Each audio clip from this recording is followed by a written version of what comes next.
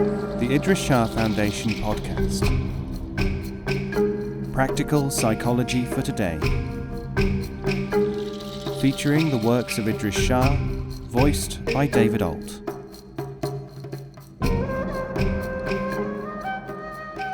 Welcome to the Idries Shah Foundation podcast. In this edition of the podcast, we will hear selections from Wisdom of the Idiots by Idries Shah. This audio is made available by the Idries Shah Foundation. The Cook's Assistant. A certain famous, well-liked and influential merchant came to Bahud in Naqshband. He said in open assembly, "I have come to offer my submission to you and to your teaching, and beg you to accept me as a disciple." Bahudin asked him, "Why do you feel that you are able to profit by the teaching?" The merchant replied, "Everything that I have known and loved in the poetry and the teaching of the ancient, as recorded in their books, I find in you. Everything that other Sufi teachers preach, extol, and report from the wise ones, I find in actuality in you, and not in completeness and perfection with them. I regard you as at one with the great ones, for I can discern the aroma of truth in you and in everything connected with you." Bahudin told the man to withdraw, saying that he would give him a decision as to his acceptability in due time. After 6 months, Bahudin called the merchant to him and said, "Are you prepared to appear publicly with me in an interchange?" He answered, "Yes, by my head and eyes." When a morning meeting was in progress, Bahudin called the other man from the circle and had him sit beside him. To the hearers he said, "This is so-and-so, the distinguished king of merchants of this city.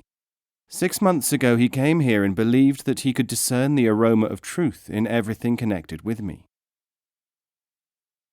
The merchant said, "This period of trial and separation, this 6 months without a glimpse of the teacher, this exile has caused me to plunge even more deeply into the classics, so that I could at least maintain some relationship with him whom I wish to serve, Bahudin el-Shah, himself visibly identical with the great ones." Bahudin said, "6 months have passed since you were last here. You have not been idle. You have been working in your shop, and you have been studying the lives of the great Sufis. You could, however, have been studying me, whom you regard as identifiably one with the knowers of the past, for I have been twice a week in your shop. During this 6 months during which we have not been in contact, I have been 48 times in your shop. Many of those occasions passed with my making some kind of transaction with you, buying or selling merchandise. Because of the goods and because of a simple change of dress and appearance, you did not recognize me. Is this discerning the aroma of truth?" The other man remained silent. Bahudin continued, "When you come near to the man whom others call Bahudin, you can feel that he is the truth. When you meet the man who calls himself the merchant Khaja Alavi, one of Bahudin's pseudonyms, you cannot discern the aroma of truth from that which is connected with Alavi. You find perceptibly in Naqshband only what others preach and themselves are not. In Alavi you do not find what the wise are but do not appear to be. The poetry and the teaching to which you have referred is an outward manifestation. You feed on outward manifestation. Do not, please, give that the name of spirituality." This merchant was Masood Nadimzada, later a famous saint, who became a disciple of Bahudin's after he had submitted to studying under the cook of the Khanka, who was quite uninstructed in poetry, spiritual talk, or exercises. He once said, "If I had not studied what I imagined to be a spiritual path, I would not have had to forget the numerous errors and superficiality which Khalifa Ashpaz, the cook, burned out of me by ignoring my pretensions.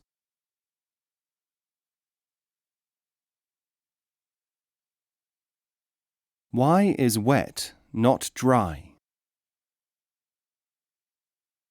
For thousands of years before he was known to people at large, Khidr travelled the earth looking for those whom he could teach. When he found suitable students, he gave them truths and useful arts, but as often as he introduced new learning, it was appropriated and misused. People cared only about the application of ability and laws, and not about understanding in depth, so knowledge could not develop as a whole. So one day, Khidr decided to apply a different means of learning. He made many things into their opposites.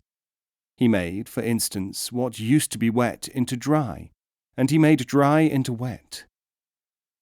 People soon became used to this, and simply adjusted themselves to regarding wet as dry and dry as wet.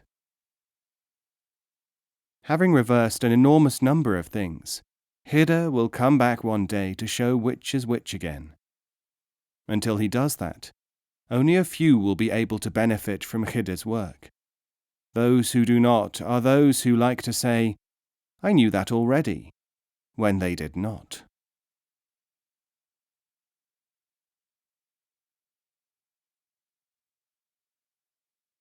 Books. If I give out an empty book, meaning you cannot yet profit from my book, you will perhaps think, he is insulting me. But if I give out a full and understandable book, all readers will take its superficialities for their stimulation, exclaiming, "How magnificent, how profound!" People will follow these outward things after I am gone, making them a source of stimulation and debate. They will read didactics into them, or poetry, exercises, or stories.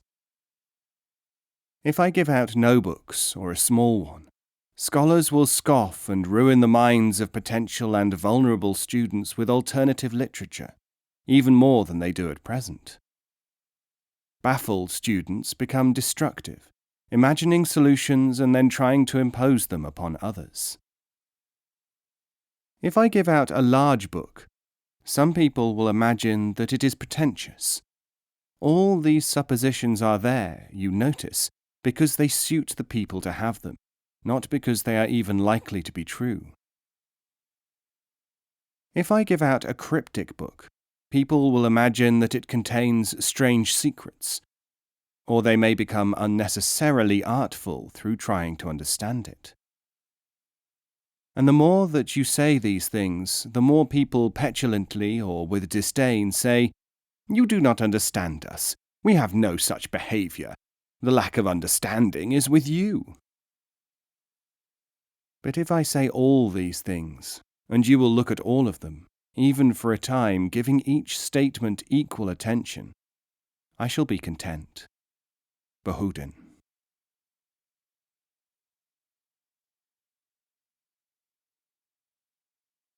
When a man meets himself.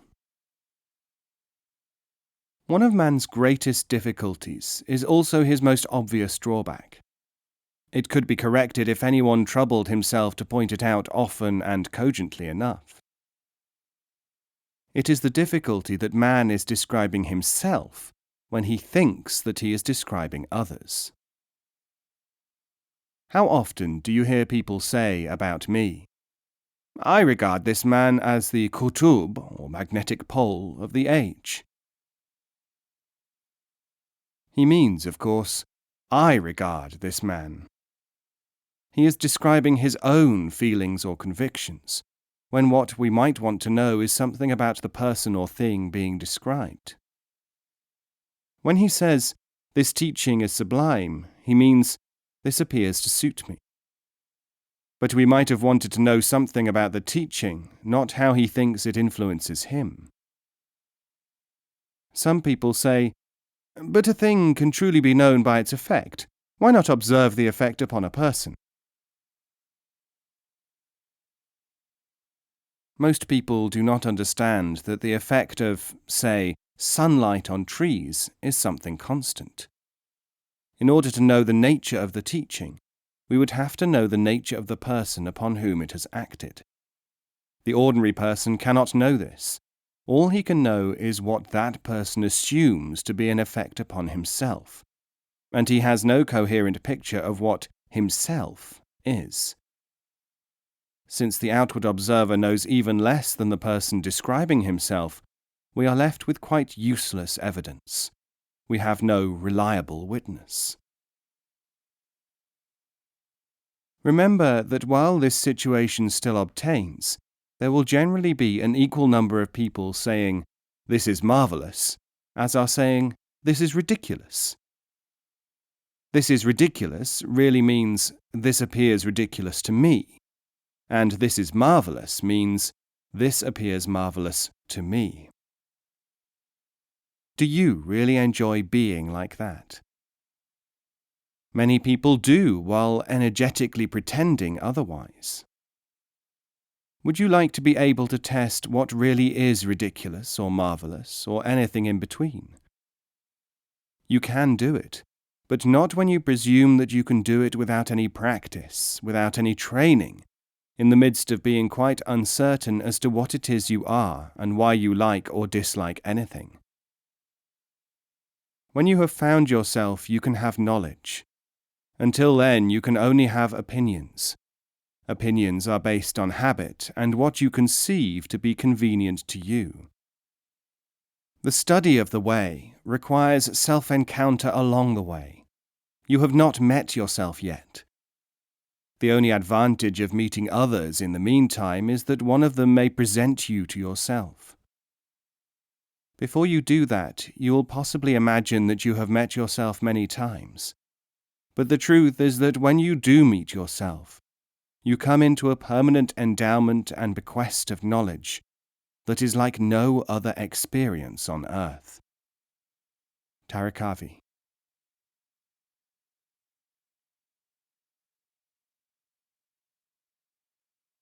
The Sufi and the Tale of Holoku.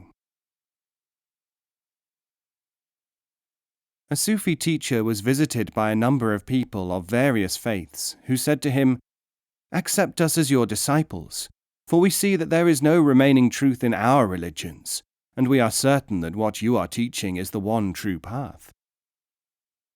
The Sufi said, "Have you not heard of the Mongol Holoku Khan and his invasion of Syria?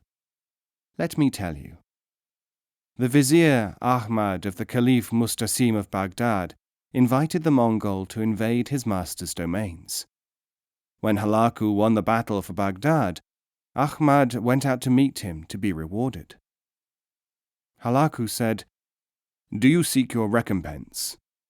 And the Vizier answered, "Yes." Holoku told him, "You have betrayed your own master to me, and yet you expect me to believe that you will be faithful to me." He ordered that Ahmad should be hanged. Before you ask anyone to accept you, ask yourself whether it is not simply because you have not followed the path of your own teacher. If you are satisfied about this, then come and ask to become disciples.